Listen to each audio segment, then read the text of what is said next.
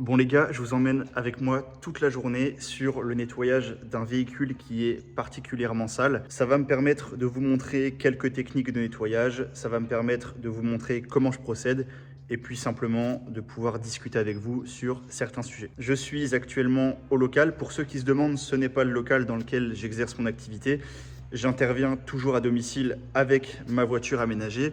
Ce local-là me permet juste de tourner des vidéos et également de pouvoir exercer quand il pleut ou alors dans des cas un petit peu spéciaux comme le nettoyage de ce véhicule qui est assez sale. Et pour ce genre de prestation, je ne peux pas intervenir à domicile, il me faut vraiment beaucoup de temps, il me faut beaucoup d'espace. Et j'estime à peu près le temps de nettoyage à 8-10 heures. Bon, ça va encore peut-être choquer certaines personnes. Donc c'est pour ça que j'ai besoin pendant tout ce temps de prestation de rester à l'abri, de rester aussi au calme, de ne pas être dérangé par des véhicules qui passent ou autres. C'est un cas un petit peu spécial et un petit peu exceptionnel. Pour la petite précision, j'avais déjà vu le véhicule sur photo avant, puisque quand c'est des véhicules qui sont assez sales, je demande toujours d'avoir un aspect du véhicule, savoir dans quel état il est, pour pouvoir estimer aussi mon temps de travail, déjà de une pour organiser ma journée, mais aussi pour proposer un tarif adapté, puisque pour ce genre de véhicule, je ne peux pas vraiment me baser sur les tarifs de base.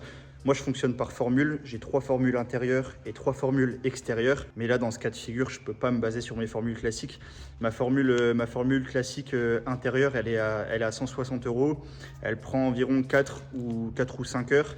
Là, je sais que je vais mettre beaucoup plus de temps. Donc là, je m'adapte un petit peu. Au niveau du prix, de toute façon, je ne le cache absolument pas, bien au contraire. Mais ce que je vous propose, c'est d'essayer de le deviner dans les commentaires. Et de toute façon, je pense que je vais en reparler sur TikTok.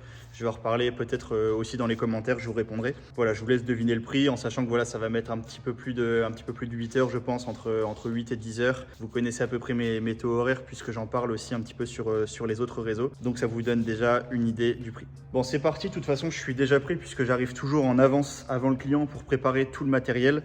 Tout le matériel est plein, que ce soit le compresseur, il est déjà chargé en air.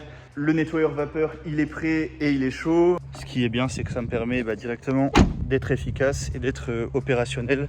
Comme ça, dès que le client y part, je peux attaquer. Bon, là, ça va peut-être en effet prendre quelques minutes de plus par rapport peut-être à la vidéo, mais j'ai l'habitude de le faire étant donné que je fais quand même pas mal de...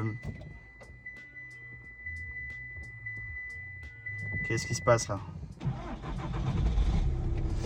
Je disais, étant donné que je fais quand même pas mal de TikTok, maintenant je commence à prendre l'habitude de filmer et de faire des vidéos comme ça. Donc quoi qu'il arrive, je veux absolument pas que mes vidéos prennent du temps sur ma prestation de nettoyage, puisque le client n'a pas à subir, on va dire, le fait que je fasse des vidéos.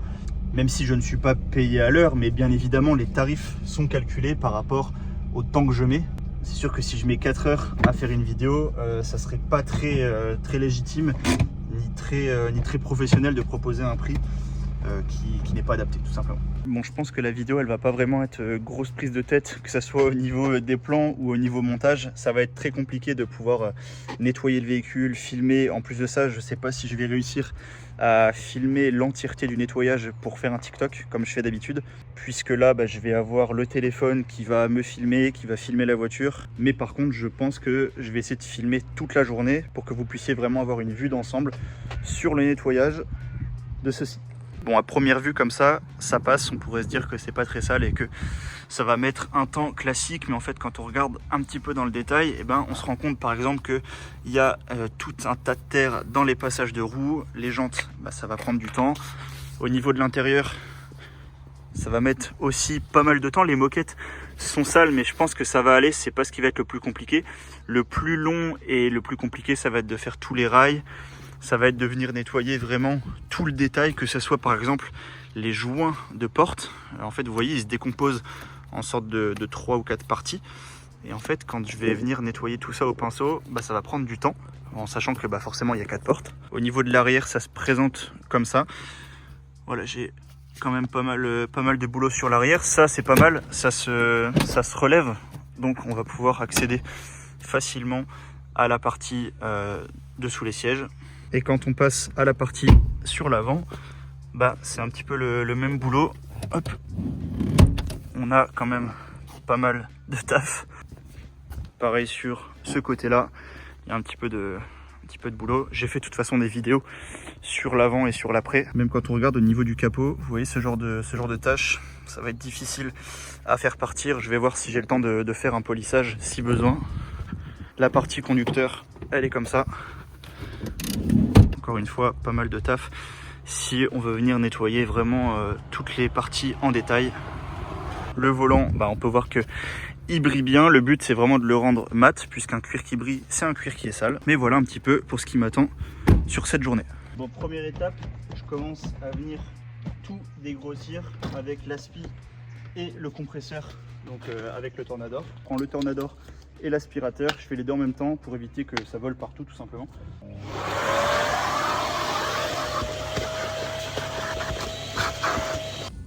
Voilà, donc là on commence déjà à y voir un petit peu plus clair. De toute façon, comme je disais, là je viens simplement dégrossir et l'aspiration je la fais toujours en 2 fois. Une première fois vraiment au tout début, c'est la première chose que je fais, et une dernière fois tout à la fin, c'est la dernière chose que je fais, pour vraiment enlever toutes les miettes qui ont pu voler et vraiment aspirer tous les petits détails qui restent. Je fais maintenant toutes les autres parties et puis je vous reprends après. Donc cette étape est finie. Pour vous, ça va très vite puisqu'il y a des cuts, mais ça m'a pris environ 45 minutes, 1 heure je crois. Là, je vais m'attaquer au contour de porte. En fait, je commence toujours d'ailleurs à faire l'intérieur et je finis toujours par l'extérieur, justement parce que quand je fais les contours de porte, alors quand je dis contour de porte, c'est vraiment tous les joints de coffre, ça va être également toutes ces parties-là. En fait, quand je nettoie ces parties-là, ça salit toujours l'extérieur, ça vient faire des coulures sur la partie extérieure. Et au final, commencer par l'intérieur, ça me permet d'éviter de faire des traces inutiles et de nettoyer le véhicule 3 fois pour rien. Pour cette partie, c'est simple. Je prends un pinceau, je prends mon nettoyeur haute pression, de l'APC ou du dégraissant et mon nettoyeur vapeur pour pouvoir accéder aux parties les plus sales. Je prends mon APC. Je viens simplement agiter le produit pour le mettre en action et je viendrai rincer avec mon nettoyeur vapeur et puis potentiellement le nettoyeur haute pression pour faire peut-être le bas, pour éviter aussi d'en mettre partout. Ça c'est pareil, cette étape là je la fais toujours en deuxième, puisqu'en fait quand je vais passer mon nettoyeur haute pression pour faire les dessous des portes et autres, ça va salir ou mouiller mes plastiques, donc c'est pour ça que je le fais toujours avant de faire les plastiques. Ce qui est bien aussi avec cette vidéo, c'est que vous allez pouvoir vous rendre compte du temps que ça peut prendre. Bon, forcément chez vous, ça va aller beaucoup plus vite, il y aura des cuts, mais au moins vous allez pouvoir vous rendre compte qu'un nettoyage dans le détail, ça prend du temps. Et parfois quand on arrive sur ce genre de détail, voilà, il faut venir nettoyer toute cette partie, ça peut prendre encore plus de temps. Je procède exactement pareil pour les passages de porte. Un coup d'APC, le pinceau pour agiter le produit. C'est à ce moment-là aussi que je fais les joints des hautes portes. Vous me direz aussi si ce genre de format ça vous plaît, des vidéos pas trop prises de tête. Je pense que je vais en faire de plus en plus parce que comme je l'ai toujours dit, j'adore filmer. J'adore filmer des moments et pour avoir des souvenirs aussi pour moi. Et j'ai même envie de faire d'autres vidéos, mais pas que sur le nettoyage. Faire des vidéos avec mes potes et autres. Je sais pas trop comment je vais faire, si je le mets sur cette chaîne ou pas. Bon, enfin bref, en tout cas, voilà, vidéo pas trop prise de tête. Format un peu style vlog 24 heures avec moi.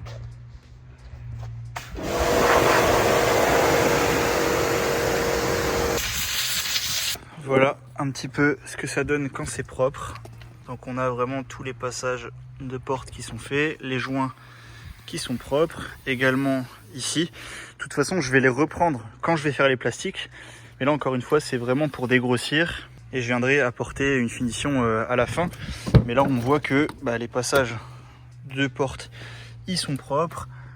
Pareil à l'intérieur, les dessous de porte sont tous propres. Donc ça c'est parfait.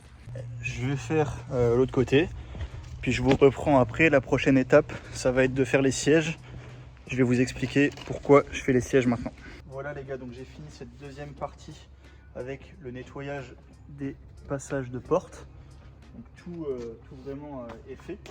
Et ce que je fais généralement en troisième étape, c'est le nettoyage des sièges. Encore une fois, ça dépend des circonstances, ça dépend du type de siège. Et justement, c'est le cas ici. Ça dépend du temps, ça dépend de plein de choses.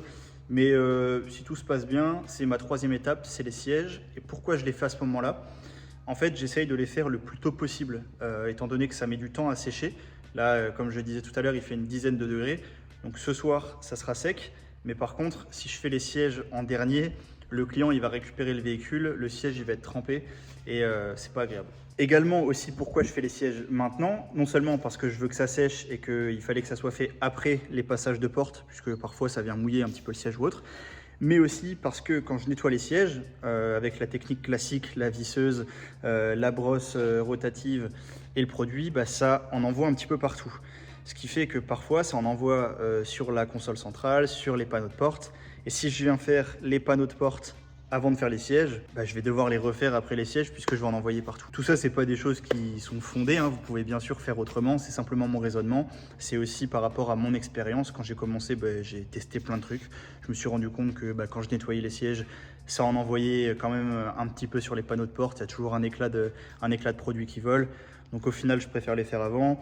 Pareil pour les passages de porte, comme je le disais tout à l'heure. Il y en a qui le font uniquement quand ils font l'extérieur. C'est totalement possible et c'est une certaine logique que je comprends parfaitement. Voilà, il n'y a pas d'étape particulière clé. On peut faire quand même comme on le souhaite. Simplement, la chose la plus importante pour moi, c'est d'être organisé, c'est d'être productif et c'est de ne pas perdre de temps. C'est pour ça que j'évite de renettoyer 15 fois les mêmes parties. Allez, c'est parti, je vais chercher une microfibre, je prends mon produit et j'attaque les sièges. Et pareil, je vois pas mal de vidéos sur TikTok. Justement, il y a quelqu'un aussi qui expliquait que l'Alcantara, on pouvait sans aucun problème le nettoyer avec l'injecteur extracteur. C'est pour ça que je vous dis que je suis totalement d'accord avec ce genre de propos. Ça dépend aussi comment on le fait. C'est toujours bon d'avoir aussi des infos des autres personnes qui font ce métier. Toujours intéressant, on en apprend encore tous les jours. Voilà, donc c'est à ce moment-là que je m'attaque maintenant à tous les plastiques et aussi les joints. Je vais les reprendre comme je le disais tout à l'heure.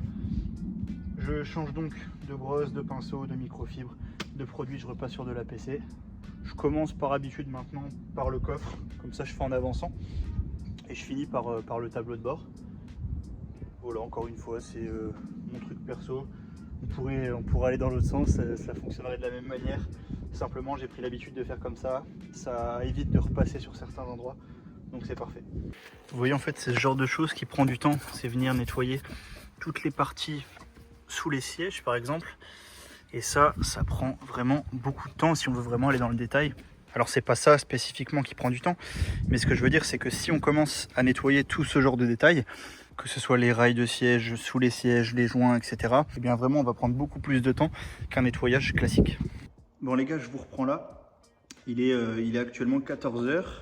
D'ailleurs, je ne vous l'ai pas dit, mais j'ai récupéré la voiture vers 9h30, 10h. Donc j'ai attaqué directement.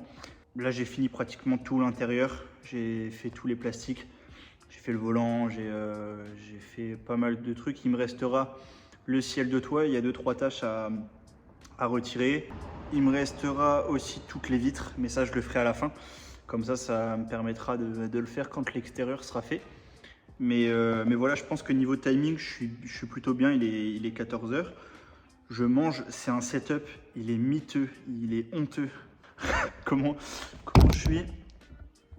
Je suis actuellement sur une chaise de camping, sur un vieux tabouret. En vrai, quand je vois l'état extérieur là devant moi, je sais pas du tout combien de temps ça va me prendre.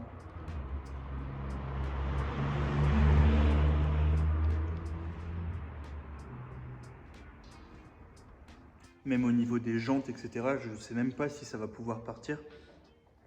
Encore une fois, là je le précise, mais on est sur un nettoyage, hein, on n'est pas sur un detailing. Je joue un petit peu sur les mots, mais ça a son importance parce que là, par exemple, pour l'intérieur ou même pour l'extérieur, je ne démonte rien. Par exemple, je ne vais pas démonter les jantes pour vraiment aller dans le détail. Je ne vais pas démonter les sièges pour pouvoir vraiment accéder à la partie du dessous. Voilà, il y a beaucoup de choses que je ne fais pas. Il n'y a aucun problème, hein, si le client me donne sa voiture sur 3 ou 4 jours et que le prix est adapté, bah là je pourrais vraiment lui rendre comme neuve. En revanche, là on est sur une formule de nettoyage entre guillemets. Il y a simplement un petit supplément puisque le véhicule est assez sale, donc ça met plus de temps. Mais ça reste un nettoyage, on va dire, classique. J'appelle pas ça du detailing, ça serait malhonnête de dire que c'est du detailing, je pense. Même si bien sûr je rentre dans beaucoup de détails. Mais voilà, je ne vais pas démonter certaines parties comme je pourrais faire.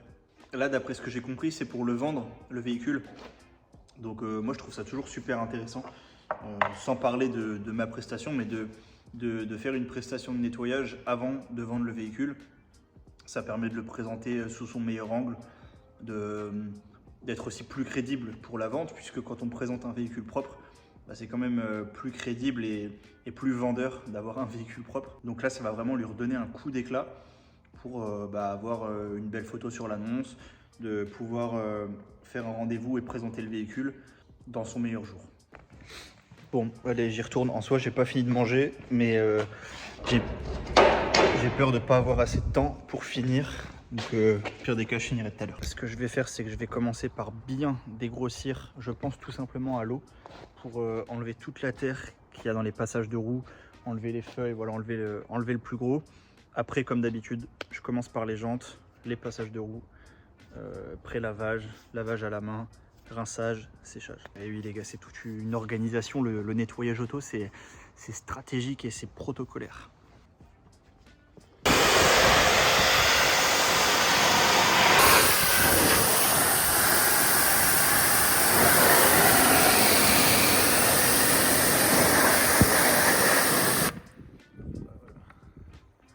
Voilà, une fois que c'est bien dégrossi, je vais pouvoir travailler au propre. On voit qu'il reste toujours de la saleté juste ici qui a du mal à partir. Pour ça, je vais utiliser du nettoyant jante hard. Je vais utiliser aussi de l'APC. J'en ai également mis dans ce seau. Je fais toujours jante par jante pour le nettoyage des jantes. Au niveau du produit, je ne l'utilise pas pour tous le nettoyant jante hard parce qu'il est quand même assez puissant et j'ai peur d'abîmer certaines jantes. Donc, je n'utilise pas pour toutes les voitures. Les pneus, ça pourrait paraître un petit peu futile de les nettoyer, mais je trouve que ça fait toute sa différence d'avoir des pneus propres à la fin, d'avoir des pneus qui sont comme neufs, qui brillent aussi. C'est un peu comme une paire de chaussures au final si on a un beau costume, tout propre, bien repassé, etc. Mais qu'on met des vieilles baskets, bah, c'est un peu dommage.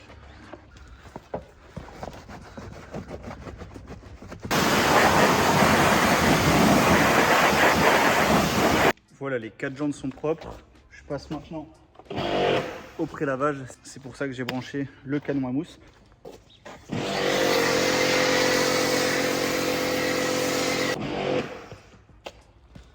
Maintenant, je rince et je vais pouvoir venir après nettoyer le véhicule à la main.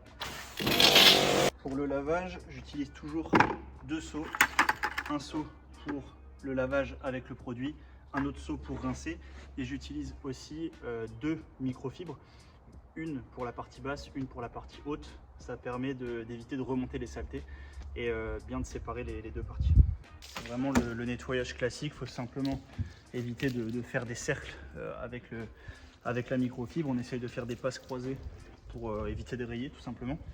Mais de toute façon, l'étape précédente du pré-lavage, elle a permis de ramollir toutes les impuretés, de les éliminer également dans la globalité.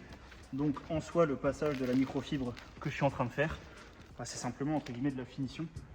Le but là, c'est pas d'enlever la terre ni autre avec cette microfibre, c'est de venir simplement voilà, nettoyer les dernières impuretés qui restent. Voilà, donc comme je disais, je vais utiliser 2 microfibres. Avec celle-ci, je vais à peu près m'arrêter par là, on va dire à 50% de la porte. Et en fait, avec la deuxième, je vais venir nettoyer tout le bas. Celle-ci. Donc ça évite de remonter toute cette saleté là, je pense qu'on la voit. Voilà, toute cette saleté, en fait, ça évite de la remonter en haut et de potentiellement rayer la voiture. Je finis tout le reste, je fais l'autre côté de la voiture et je vous reprends après. Ce que je fais maintenant, c'est que je sèche le véhicule. Là, comme je le disais tout à l'heure, le temps il est parfait, donc ça laisse pas beaucoup de traces. Moi, j'ai réussi vraiment à bien tout récupérer. Il y avait des grosses taches sur le capot et finalement c'est bien parti. Il y a simplement pour moi quelque chose qui me satisfait pas à 100%, c'est le goudron. En fait, il y a toujours des taches de goudron ici que j'arrive pas à faire partir avec du simple produit. Alors je pourrais bien entendu passer la barre d'argile, sauf que ça nécessiterait un polissage derrière. Et là, malheureusement, c'est pas compris dans la prestation. Hop là. Attention à toi, mon coco.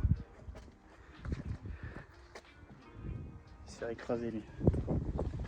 J'ai hâte de vous montrer les avant-après. Là, je vois rien que les pneus. Ça change tout, les jantes. Là, ça brille. Enfin, voilà, c'est parfait. Quand ça, c'est propre, je trouve que ça a quand même toute une différence. Voilà. C'est parfait, là. Et vous voyez aussi pourquoi je vous ai dit que j'aspirais toujours une dernière fois à la fin, parce qu'en fait ça vole toujours comme ça, toujours des choses à reprendre. Bon, je vous reprends, y a plein de choses que je vous ai pas filmé et que je mettrai pas aussi, je pense, dans la vidéo puisque c'était inutile. J'ai repassé un coup d'aspi, j'ai mis du dressing sur les pneus, j'ai refait certaines parties des sièges, j'ai fait le ciel de toit aussi. C'est pour ça, tout ça je l'ai pas filmé, c'était pas vraiment intéressant. Je voulais aussi accélérer un petit peu le rythme. Donc j'ai pas filmé. Le téléphone aussi a eu le temps de charger, j'avais plus de batterie. Donc on en est là, comme je disais, dressing sur les pneus. On a vraiment une grosse aspiration qui est faite. Toutes les parties des joints sont faites. Je les ai aussi reprises une par une parce qu'il y avait des choses qui me plaisaient pas. Pour l'instant, ça je le laisse comme ça puisqu'il va falloir que je repasse quand même un petit coup d'aspi en dessous. J'ai repris, comme je vous disais, les sièges. Il y avait certaines tâches qui persistaient. Le volant, je lui ai remis un coup parce qu'il me paraissait encore un petit peu brillant. Mais sinon, voilà, le reste me convient, on va dire. Ça pourrait toujours être mieux fait, comme je dis tout le temps, si on vient démonter les sièges, si on vient démonter les jantes, si on rentre vraiment encore plus dans le détail, ça pourrait être mieux fait. Mais là, je trouve que la prestation, elle est déjà de bonne qualité. Voilà les gars, j'ai fini, il est 18h30 ou 18h45, je crois, un truc comme ça. Je n'ai donc plus qu'à remettre les sièges à l'endroit, remettre les choses qui étaient dans la voiture pour ne pas les oublier, faire des photos, puisque comme je vous l'ai dit tout à l'heure, je vais leur faire quelques photos pour qu'ils puissent faire une annonce s'ils le souhaitent. Et puis voilà. Voilà donc ce que ça donne au niveau de l'intérieur, la partie avant et la partie arrière. Donc dans ce sens là, je vais vous montrer après avec les sièges repliés, et dans ce sens là on a vraiment tous les détails qui sont faits. Voilà, pareil pour les panneaux de porte, hein, ils sont nickel. Il n'y a plus une seule trace, il n'y a plus un seul moustique. Hop. Les joints de fenêtre, ils sont nickel. Les passages de roues, ils sont faits, il n'y a plus de terre comme tout à l'heure. Et voilà, on est sur un beau travail.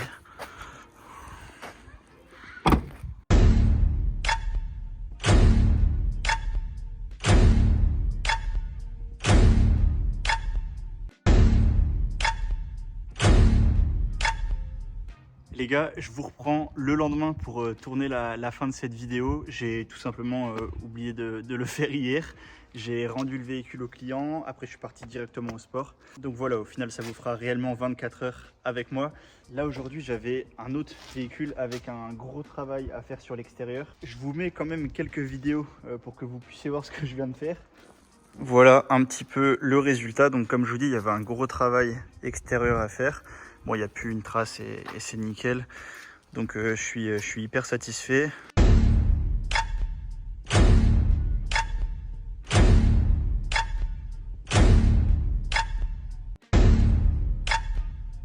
Si ce format de vidéo vous a plu, n'hésitez pas à me le dire. Je pense que je vais faire pas mal de vidéos comme ça, assez chill. Même pas forcément sur du nettoyage auto.